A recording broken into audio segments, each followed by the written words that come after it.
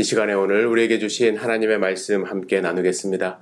함께 나눌 하나님의 말씀은 누가복음 2장 34절에서 39절의 말씀입니다.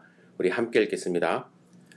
시므온이 그들에게 축복하고 그의 어머니 마리아에게 말하여 이르되 보라, 이는 이스라엘 중 많은 사람을 패하거나 흥하게 하며 비방을 받는 표적이 되게 하기 위하여 세움을 받았고 또 칼이 내 마음을 찌르듯 하리니 이는 여러 사람의 마음의 생각을 드러내려 함이니라 하더라. 또 아셀지파 바누엘의 딸 안나라 하는 선지자가 있어 나이가 매우 많았더라. 그가 결혼한 후 7해 동안 남편과 함께 살다가 과부가 되고 84세가 되었더라.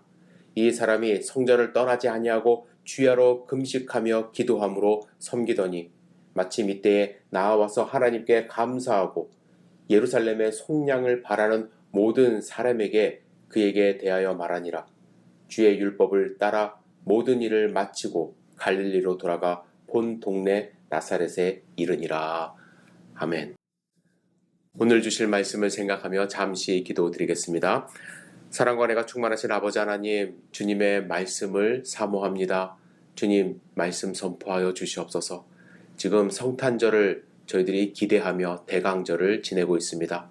하루하루 주님이 이 땅 가운데 오심을 묵상하며 주님을 맞이하는 마음의 준비를 할 수 있도록 인도하여 주시옵소서. 오늘 주님이 선포하실 말씀이 우리의 삶의 방향을 정해주고 우리의 삶을 변화될 수 있도록 주여 인도하여 주시옵소서. 주님, 이 시간을 온전히 주님께 의지하며 기도합니다. 예수님의 이름으로 기도드렸사옵나이다. 아멘. 여러분, 우리의 삶은 기다림의 연속이라고 할 수가 있습니다. 지금은 다음을 기다리고 아침은 저녁을 기다리고 오늘은 내일을 기다립니다. 그렇다면 우리의 삶은 무엇을 기다리고 또 어떻게 기다리는지에 따라서 많이 달라질 수 있습니다. 여러분은 지금 무엇을 기다리고 있습니까? 또 어떻게 기다리고 있습니까? 혹시 이 예배 시간을 우리가 예를 들어 생각한다면 예배 시간 지루하게 느껴지며 또 빨리 끝나기를 바란다면 여러분 이 순간은 이 시간은 그냥 버려지는 시간일 뿐입니다.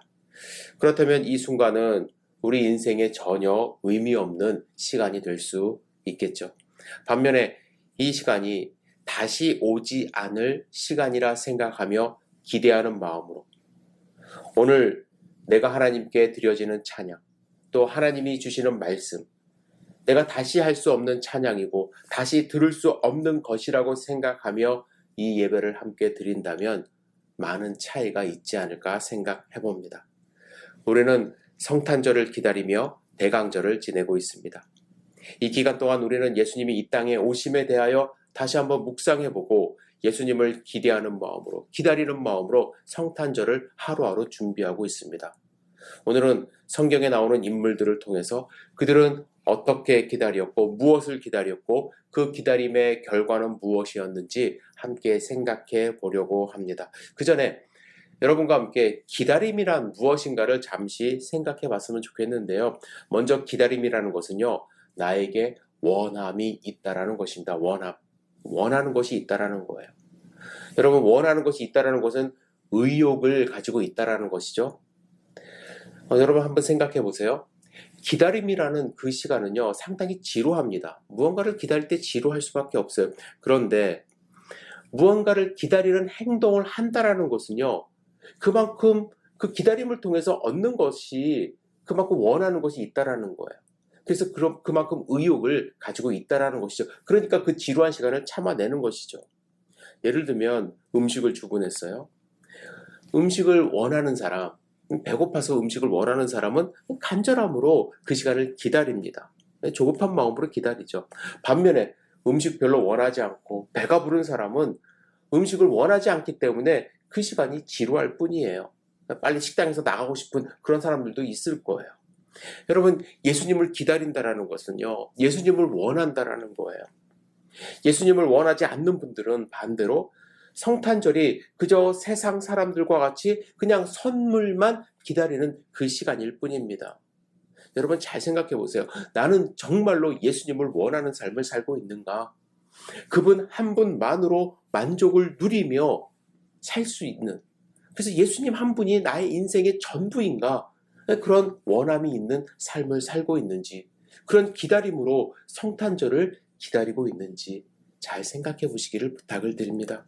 두 번째로요, 기다림이 있다라는 것은요, 기대감이 있다라는 이야기예요. 기대감. 원하는 것이 있다라는 것과 기대감이 있다라는 것 거의 비슷한 표현일 수도 있지만, 이 기대감이 있다라는 것은요, 원하는 것을 소유한 이후의 변화에 대한 기대감이 있다라는 것입니다. 예를 들어서 갖고 싶은 기계를 샀어요. 그 기계 자체에 원함이 있어서 기계를 갖고 싶은 마음에 이 기다림의 시간을 가졌을 수도 있지만, 그 기계를 통하여 내 삶이 어떻게 변화될 것인지에 대한 기대감을 가지고 만약에 그 기계를 기다렸다면 그 기다림의 시간은 더 소중한 것일 수 있다라는 이야기입니다. 예수님을 기다린다라는 것은요, 예수님 자체를 원하기 때문에 기다릴 수도 있지만, 예수님을 통하여 내가 무언가를, 내가 어떻게 변할 것인가에 대한 기대감이 있다라면은 더 소중하게 예수님을 기다릴 수 있다라는 것이죠. 여러분은 무엇을 기대하며 예수님을 기다리고 있는지요? 세 번째로, 기다림이 있다라는 것은 믿음이 있다라는 반증입니다. 믿음이 있다라는 증거예요. 우리가 기다릴 수 있다라는 것은 기다릴 것에 대한 일이 반드시 일어날 것이라는 믿음이 있기 때문에 기다리는 거 아닙니까? 일어날 일이 없다라고 생각이 되어지면 더 이상 기다리지 않죠. 그죠? 여러분, 아무리 원하고 기대하는 것이 있다 해도요, 일어날 것이라는 믿음이 없다면, 그 믿음이 사라져 버린다면 조금 기다리다 지쳐서 포기하는 경우가 많습니다. 저도 다른 친구들처럼 초등학교 때, 어릴 때죠, 산타가 밤에 선물을 머리맡에 놓아줄 것 믿었을 때가 있었어요. 하지만 그 믿음이 깨어지고 현실을 깨닫게 된 후부터는 선물을, 산타로부터 올 선물을 기대하지 않습니다. 그냥 부모님 눈치만 이렇게 보게 되는 것이죠. 나한테 선물을 주실까? 이런 눈치. 여러분, 기다리고 기대하는 믿음이 있을 때 우리는 그 믿음을 가지고 힘을 얻게 됩니다. 그죠? 세계 2차 세계대전 때 아우슈비츠 수용소의 유대인들은 나는 믿노라, 나의 메시아가 나를 돕기 위하여 반드시 나를 찾아오리라는 사실을, 이러한 노래를 부르면서 혹독한 시간을 버텼습니다. 하지만 날이 갈수록 처참해지는 현실을 바라보게 되는 것이죠.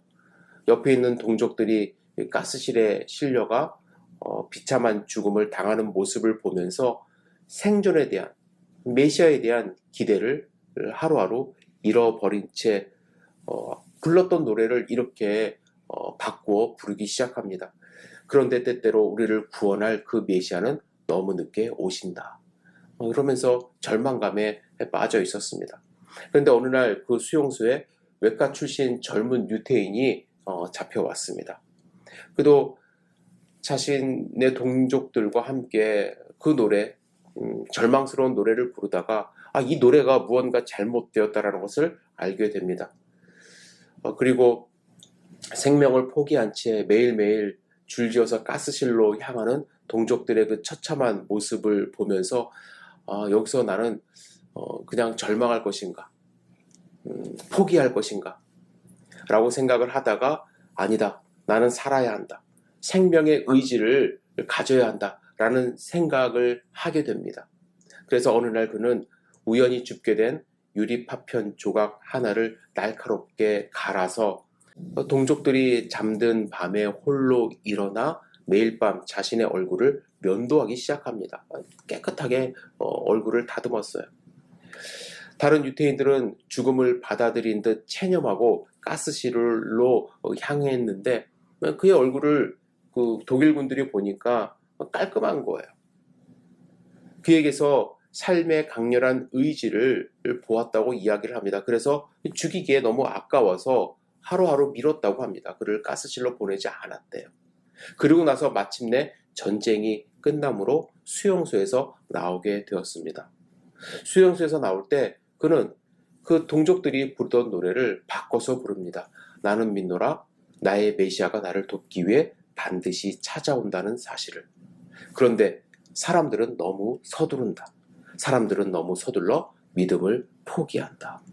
여러분, 물론 믿음을 가진 사람들도 죽음의 가스실로 향할 수밖에 없었겠지만 이 일화가 시사하는 의미는 무엇이냐면 믿음을 가지고 무언가를 기대하며 하루하루 사는 사람은 다른 사람들과 조금 다른 모습으로 살아간다라는 거예요. 그리고 희망을 통하여 삶에 대한 의지가 바깥으로 표출되는 그 모습을 보여준다라는 것이죠.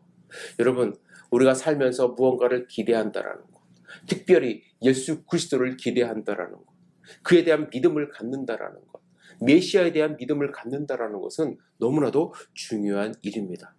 오늘 성경에 보시면 정말로 원하고 기대하며 믿음으로 살았던 두 사람을 소개하고 있습니다. 시므온과 안나예요. 시므온의 직업과 나이는 정확하게 알 수 없습니다.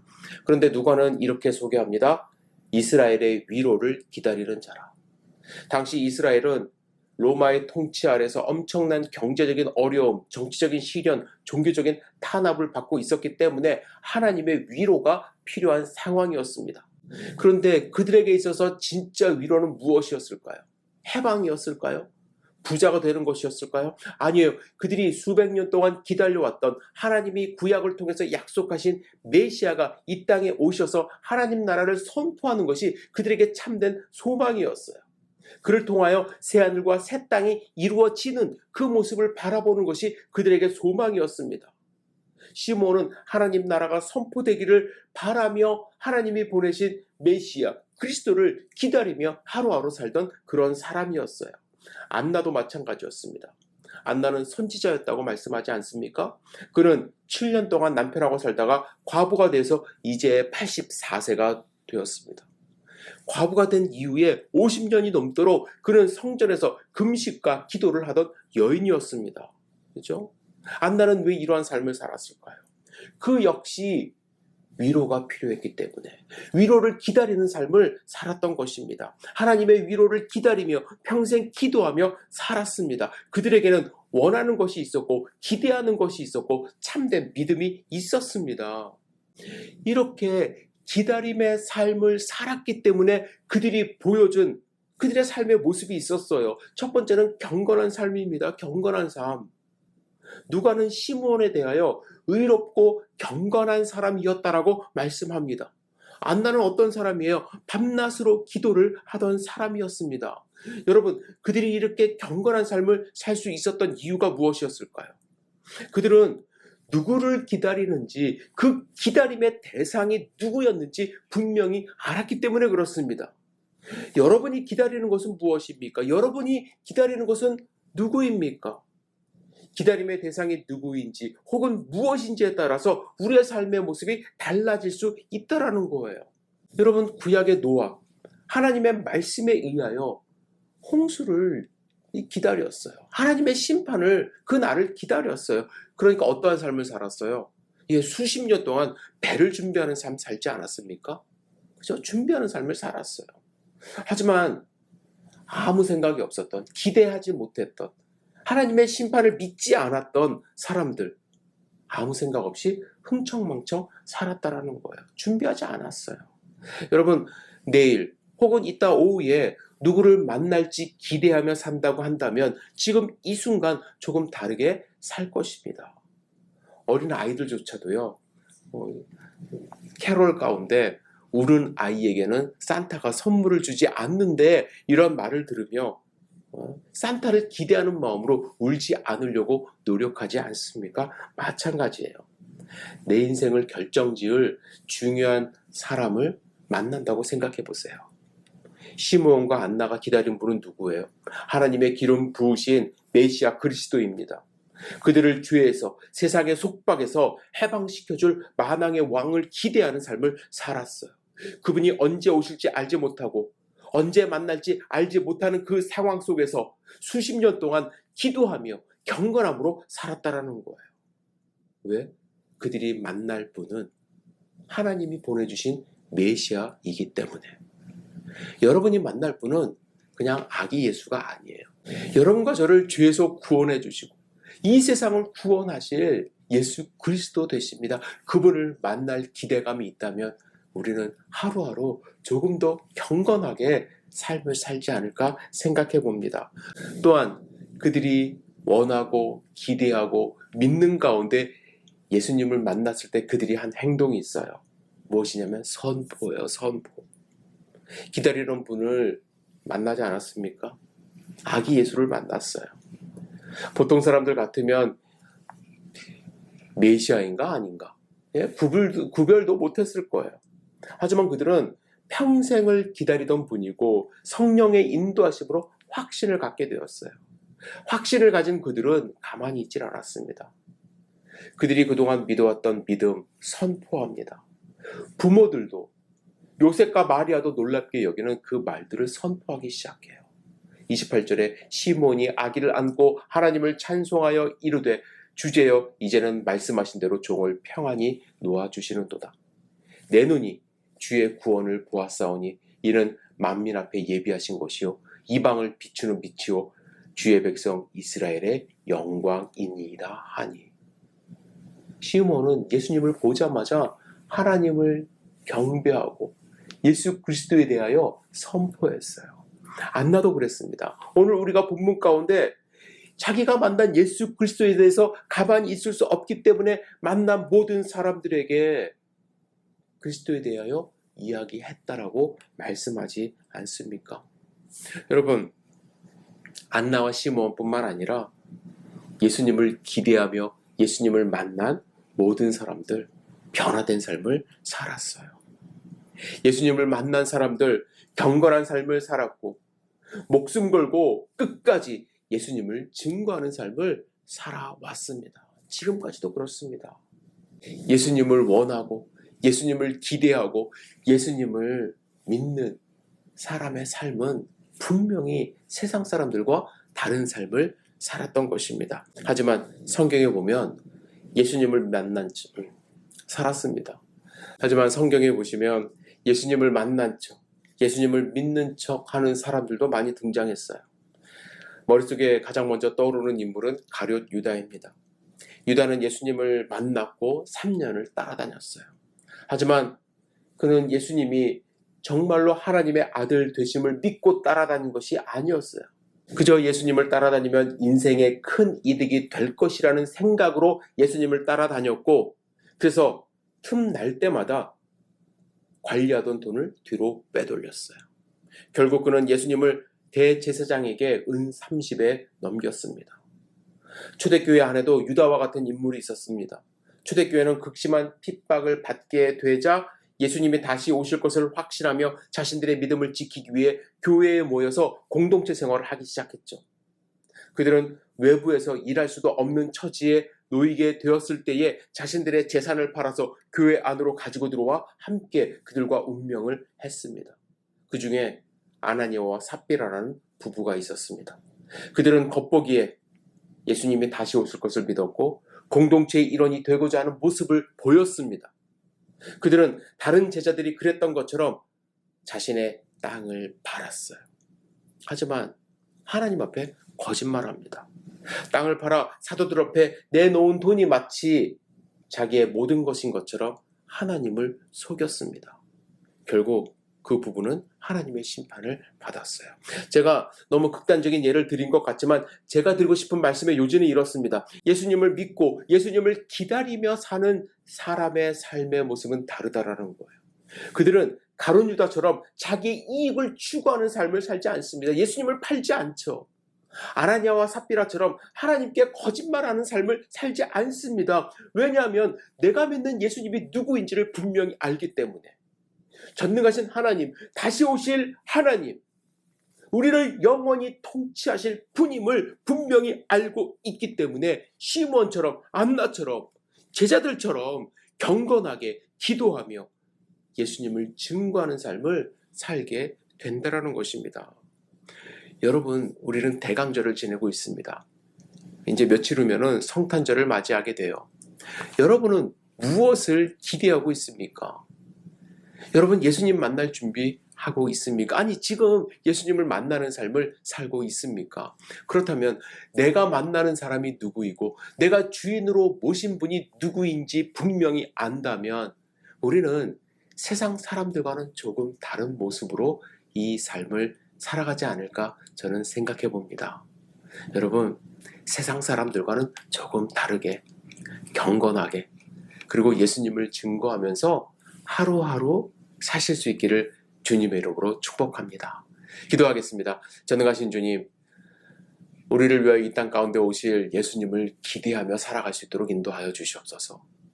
주님, 우리의 삶을 주님께서 지켜주시고 보호하여 주셔서 흔들리지 않는 삶을 살아갈 수 있도록 인도하여 주시옵소서. 주님, 나의 이익을 추구하던 유다의 모습 버릴 수 있도록 인도하여 주시고, 하나님 앞에서 거짓말하던 아나니아와 삽비라의 그 모습 우리의 삶 가운데서 지워 주시옵소서. 오직 주님만을 기대하며 주님을 바라보며 하루하루 살아가는 경건한 삶 살 수 있도록 인도하여 주시옵소서. 예수님의 이름으로 기도드렸사옵나이다. 아멘.